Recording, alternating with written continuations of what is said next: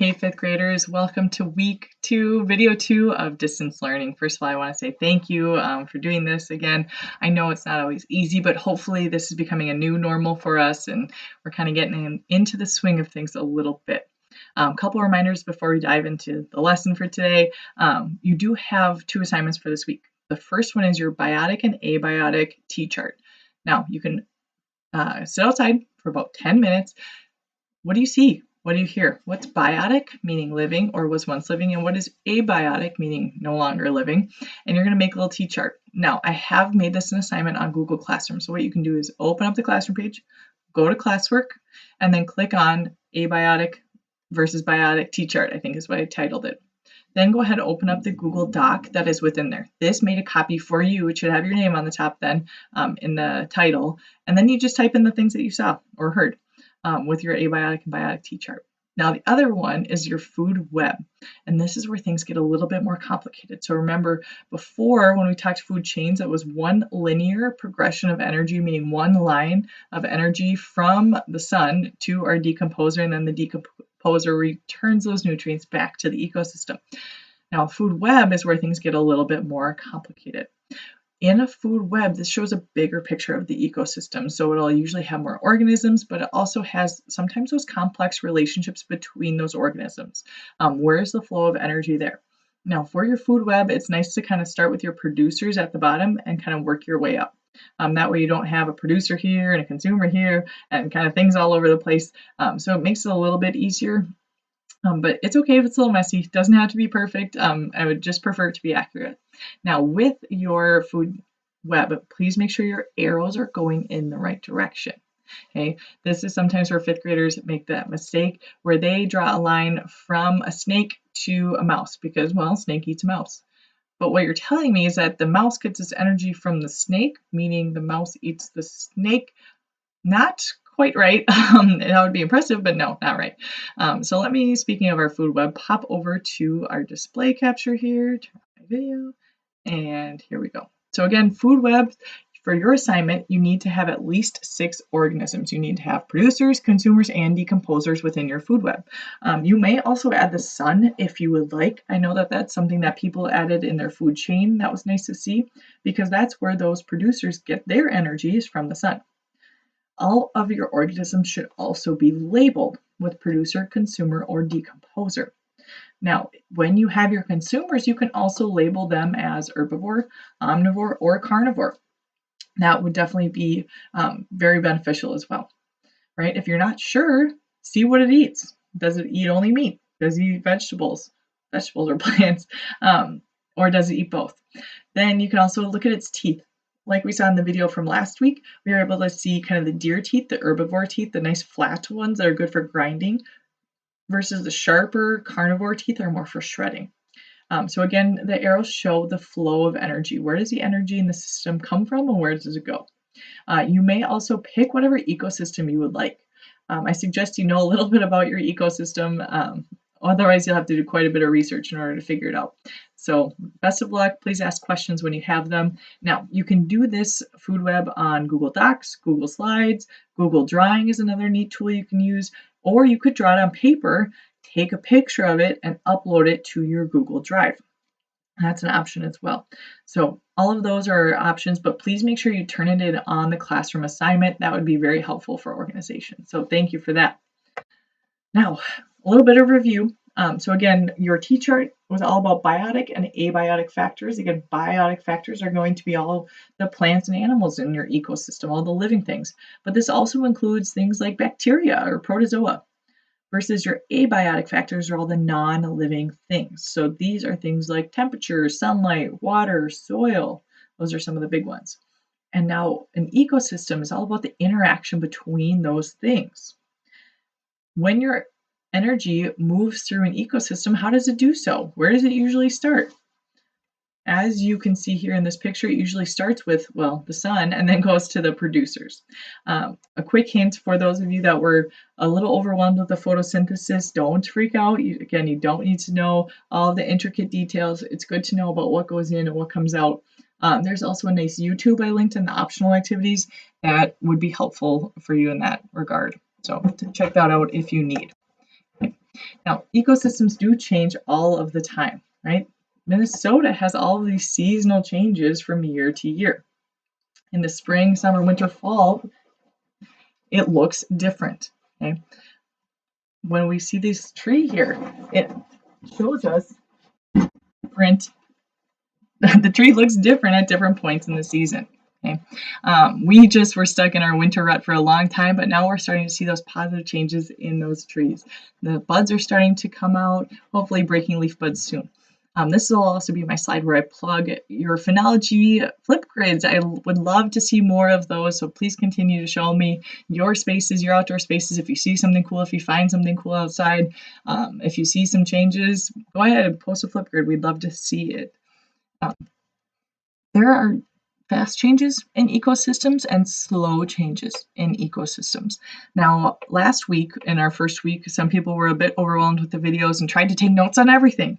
But again, I'm trying to make this as most like class as possible. So what I've done, thank you for the feedback, is to highlight some of those more important things that if you're a note taker, if you're wanting to go along and follow along and take notes, again, just write down what's in yellow. So some slow changes are things like the climate, the seasons, tectonic plates, and erosion. Those are all ways that our ecosystems can change really slowly. Climate is different than temperature. In Minnesota, we know that the temperature can change really fast. We can have a sunny and 70-degree day and then have it drop to 30 the next day. But climate is your kind of bigger picture overall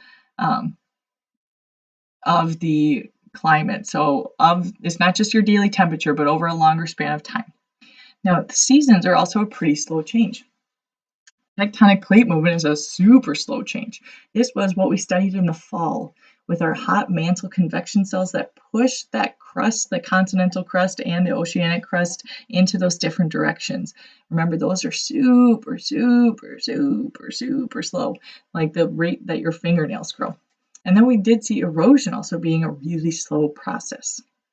Now, there are fast changes in our ecosystems as well. Things like hurricanes, floods, fires, volcanoes, and earthquakes all can change ecosystems really quickly, really dramatically. And so we can see here in this bottom right, we can see a bird's eye view of a hurricane coming in. So it's kind of a really big one coming into that Florida coast right here. Now, one way that an ecosystem can change is through fire. Now, fire can both be good for an ecosystem and bad for an ecosystem. Most people think, well, fires are bad. Yes, they are sometimes. So yes, they can cause death and destruction in animals and habitats and things like that. But those are mostly wildfires. Now, fires are a natural part of ecosystems changing. In your book, they do a nice job describing that fires are going to happen. And so when we are in control of when those fires happen, much less damage is done, and it can actually be beneficial. So they have this thing called prescribed burning. And what this is essentially setting a wooded area or a prairie or whatever ecosystem on fire on purpose. Now, this is in a very controlled manner. These people have gone through years of training and they are equipped, ready to go. They have all the proper safety equipment, all the water on hand, and they also wait for the perfect conditions in order to burn. They don't just go out and throw a match on the ground. So don't think you're a prescribed burner. Now, what this does is this does a couple different things. It can reduce the amount of wildfires that happen because it takes away all of the kind of dead material that they use kind of as fuel. So when we built our fires at Baker Park, we talked about how you need fuel for a fire. So those dry twigs, those dry sticks. But when you prescribe burn an area, it kind of gets rid of those. It also eliminates invasive species. Now, invasive species are something we'll talk about more next week, but they're essentially types of plants that are not native to a certain area. So they're not originally from that place. Overall, this kind of just resets the ecosystem. So in these pictures on the bottom here on the left, we see a pre-burn, mostly invasive, unwanted grasses. It's really dull, it's really dry. Right after the burn, don't get me wrong, it's not going to look pretty. It is dark, it is ashy, everything is pretty much dead. But just 9 months after this, it is back to a green, lush, grassy field. It looks great. Those are mostly native plants, the ones that we want. It has a lot of diversity as well. So again, check out that page in your readings from last week that talks about fires and how that they can change ecosystems too. Humans, of course, also change ecosystems. We make a huge impact on the planet. These are just some of the ways, and I don't want to get into it too much because we're going to talk all about it next week. That's kind of our focus for next week. But I would not be doing my job if I did not tell you that humans also change ecosystems. We plant crops. This is not how that ecosystem first looked. We made it look this way and totally changed that ecosystem. By fishing and clearing forests, we also change ecosystems. We have cleared a lot of wooded area to make room for housing developments or shopping malls or cities or even just roads. When we build those roads, when we burn fuel, and overall just our total disruption of nature. Again, I don't want to get into it too much right now, as that's going to kind of be next week's topic. So, animals and plants, though, are pretty good at adapting to changes over time. They themselves, as a species, can adapt to change over time. So, what happens is when food, water, space, these resources, when they are limited, animals need to struggle for these resources. So, they kind of have to fight over food, they have to fight over space, fight over water. This is called competition. And so, in order to win your competition, in order to achieve your goal, this is to have as many offspring or babies as possible. In the animal world, that means you are successful.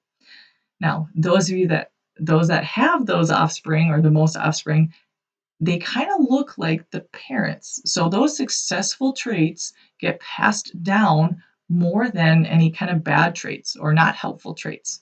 So that means that the animals slowly change over time to better fit their environment. Now, this is a really big concept that is kind of complex, but let me give you an example here. So, in England, this is a true story that happened in around the turn of the century, where just before the Industrial Revolution, there's one species of moth called a peppered moth. Now, there are two different color variations of this peppered moth. We have the lighter colored pepper moth and then the darker colored pepper moth. And so before this Industrial Revolution, the trees were this nice kind of white color, kind of a lighter colored tree. Now, the Industrial Revolution, this is when they started to build a lot of factories. They had a lot of production, a lot of smoke, smog, and ash got released into the air because they were building and producing so much new things, so many new things. And so before the Industrial Revolution, there were a lot of these lighter colored moths. They blended in with the trees better. They had way better camouflage. Now, unfortunately, these darker color moths, they were pretty easy to see on those trees. So their predators, birds, would just come by and pick them right off. They were sticking out like a sore thumb. And so because of this, these lighter moths had more offspring and they had way more percentage of the population. Whereas these darker moths were very rare because they oftentimes didn't live to reproduce because they got picked off so easily. But after the Industrial Revolution, there was so much smog and soot and ash in the air that the trees actually turned a darker color. They got covered in it. And so all of a sudden now, our dark moth blends in perfectly, whereas our lighter moth, he's now sticking out like a sore thumb. And guess who gets to be dinner? Lighter colored moth. So this changed the population. All of a sudden, this lighter colored moth became the rare species, became the rare one, whereas the darker colored moth was able to live and have offspring and reproduce and to have a lot of babies. And so their population grew, whereas this lighter one decreased a lot. So this was a really sped up example of that change over time. But it does show you that those that have the most offspring are more successful. Their populations are higher. Now, this is a really, really, really, really, really slow change. I'm talking not just like a year or 2 years or 10 years. I'm talking like hundreds of thousands of years is sometimes how long this process takes. So this is not often a quick process. It's not like all of a sudden we're going to look totally different. Change is really, really slow in this way. Now, before we are done for this week, I did just want to, first of all, again, say thank you. I know that this change is not always easy. I definitely miss you guys a lot, and I miss being in my classroom, and I miss all the regular things that we used to do and having a schedule, and I miss it. But most of all, I miss you. So hopefully you guys are doing well. But what I want from you is I want to hear more what's working, what's not working. So if you like these videos, let me know. I'd be happy to do an additional one on Fridays, and maybe we just do something fun or something kind of cool, or I don't know, just kind of look at a neat thing because, well, science is the best and it has so many neat different things that we can do. So let me know. You can either type a comment to me in the Google Docs, or you can leave me a Flipgrid message, whatever way you want to communicate with me that you're enjoying these videos. I would be happy to do one on Fridays, but I just don't want to overwhelm you or make it too tough. So let me know how things are going. I look forward to hearing from you. I hope you are all happy and healthy and your families are too. So I hope to hear from you guys soon. Thank you. Bye.